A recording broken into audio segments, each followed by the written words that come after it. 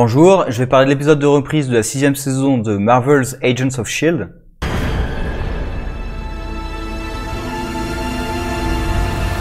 Bien, donc à la fin de cet épisode, j'ai une seule question. Pourquoi est-ce qu'on fait une saison 6? Pour moi, la saison 5, elle se finissait. On finissait la série, et du coup, la saison 6, potentiellement, il y en avait une, mais c'était pas du tout obligé. Donc, si on fait une saison 6, pour moi, le premier épisode doit nous dire pourquoi est-ce que c'est important de suivre cette saison 6. Or, à la fin de l'épisode, la question que je me pose, c'est pas mais d'où est-ce que viennent ces personnes, mais qui est ce nouveau Coulson, mais que fait Fitz, etc. Qui sont, c'est les deux gros trucs à la fin de l'épisode, hein. C'est Coulson qui débarque et Fitz dans la scène, j'ai l'air scène post-générique, mais oui, c'est un peu ça. C'est les deux gros trucs sur lesquels on devrait se poser des questions. Non, moi mes questions c'est pourquoi est-ce que ça devrait m'intéresser? Pourquoi est-ce qu'on fait cette saison? Vraiment, c'est ça, et c'est le gros problème. C'est il y a rien dans cet épisode vraiment qui m'accroche. C'est-à-dire, à la fin, Coulson, j'ai pas envie de connaître la révélation de qu'est-ce qui fait la Coulson. Moi, j'ai envie de savoir, c'est pourquoi vous l'avez tué dans la saison 5 si c'est pour le faire revenir dans le premier épisode de la saison 6. Alors, certes, c'est pas le même Coulson, enfin, quoique. Est-ce que c'est un clone? Est-ce que c'est une machine? Est-ce que c'est voyage temporel? Est-ce que c'est dimension parallèle? Timeline alternative? Voilà. Qu'est-ce que ça va être? Mais au fond, je m'en fous. Mon gros problème, c'est vous l'avez tué. Pourquoi La série est à l'image de Coulson. Elle veut pas mourir. Et ça, c'est un vrai problème. La série ne veut pas mourir. Au bout d'un moment, il faut s'arrêter. Là, franchement, je me suis dit, ils font une saison 6. Comme il y a un gap de 5 ans entre Avengers, Infinity War et Endgame, je pensais qu'on avait peut-être exploré les conséquences du snap, justement, de Thanos sur la population, sur le Shield, etc. Bon, déjà, il en est pas fait mention, ou alors c'est vraiment une note de bas de page que j'ai ratée, ce qui est quand même assez con, parce que un des trucs qu'on reprochait à la série, parfois, c'était de faire trop de références au film. Or, là, quand même, c'est un événement cataclysmique dans tout l'univers, personne n'en fait référence. Donc, voilà, faut trouver un juste milieu quand même. Bref. On voit beaucoup de relations entre les personnages. On établit par exemple Yo-Yo, elle couche plus avec Mac, elle couche avec quelqu'un d'autre. Bon voilà, on établit des trucs comme ça qui servent pas à grand chose. Et on met pas en place vraiment de gros éléments qui donnent envie de voir la suite. En plus, pendant tout l'épisode, vraiment, pour ça la fin pendant tout l'épisode, je me suis dit pitié, ne faites pas revenir Coulson. Pitié, ne faites pas revenir Coulson. Eh ben si, on fait revenir Coulson. Et même Fitz aussi, d'ailleurs, qui est mort. On fait revenir tous ceux qui sont morts à la fin de la saison précédente.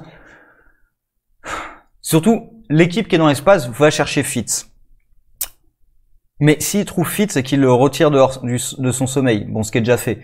Mais bref, si on empêche Fitz de retourner dans son sommeil, ça détruit pas la timeline en fait? Ça crée pas un gros problème, ça crée pas un gros paradoxe temporel?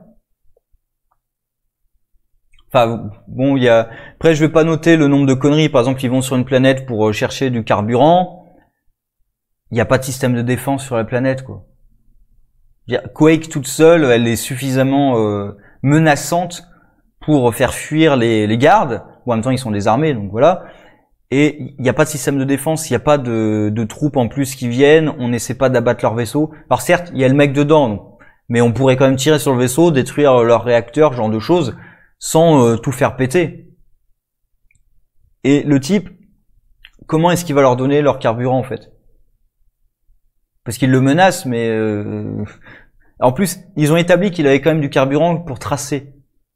Donc il pourrait leur donner du carburant pour les tracer, il y a plein de trucs qu'il pourrait faire pour les baiser quoi. Donc enfin voilà quoi, je vais pas m'étaler pendant des heures sur cet épisode. Ça me donne pas envie tellement de voir la suite. Alors, je vais regarder quand même, mais d'un œil distrait. Peut-être qu'ils vont réussir à me convaincre avec l'épisode suivant, hein, en allant un peu plus dans le mystère oui, j'y pense en parlant de ceux qui arrivent là par comment ils appellent ça, les reality warps.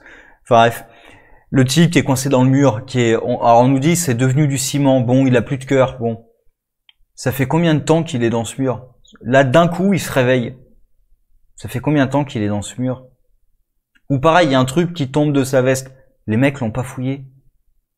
Vous l'avez amené dans le labo, là. Personne l'a fouillé. Enfin, vous êtes nuls. D'ailleurs, la fin montre que ces agents sont nuls. T'es face à Coulson. Face à un ennemi, en tout cas. Il arrive quand même un ennemi, quand même. Il te menace. Tu le tiens en joue. Le mec fait un mouvement rapide et suspect. Plus que suspect, tu tires. Ah bah non, tu tires pas, tu le laisses dégainer. Mais t'es con. Mais voilà, c'est limite, ça aurait été un agent qui a un lien émotionnel fort avec Coulson. Mais lui, cet agent, je me souviens même plus si, il devait être dans la saison précédente, je m'en souviens même plus honnêtement. Sa tête me dit quelque chose vaguement, mais je sais même pas s'il était dans la saison précédente ou si je l'ai vu dans une autre série. Donc voilà, lui, il a pas un attachement fort à Coulson. À la limite que d'autres agents aient hésité parce qu'ils reconnaissent Coulson, mais lui, il le reconnaît vite fait. Mais tu vois le mec qui fait un mouvement rapide pour aller chercher son arme, bah tu tires tout de suite. T'attends pas qu'il la sorte, son arme. En plus, le mec te menace en disant je vais pas me répéter 2 fois. C'est-à-dire en disant je vais pas me répéter 2 fois, il se répète 2 fois d'ailleurs. Mais bref, voilà, il y a quand même pas mal de conneries et ça donne pas vraiment envie de voir la suite. Ce qui était quand même le but du premier épisode de la saison, hein, c'est de nous poser les enjeux, des mystères qui donnent envie d'être vus. Sauf que là sur Coulson, j'ai pas envie parce que j'ai pas envie que Coulson revienne. C'était fini. Pourquoi vous le faites revenir?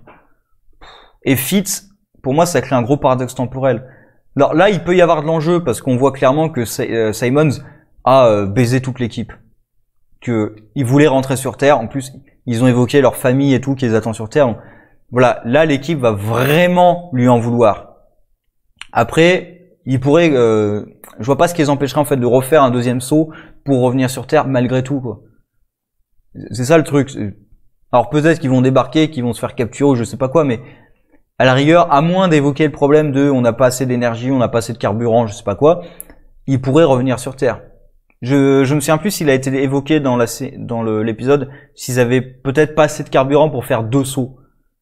Ils ont peut-être dit dans l'épisode qu'ils avaient juste assez pour faire un saut, j'ai zappé, alors j'ai pas fait attention peut-être. Bref, voilà, 6e saison qui a l'air dispensable. On verra peut-être qu'ils vont me convaincre du contraire, mais là au départ je me dis que c'est assez dispensable. On verra.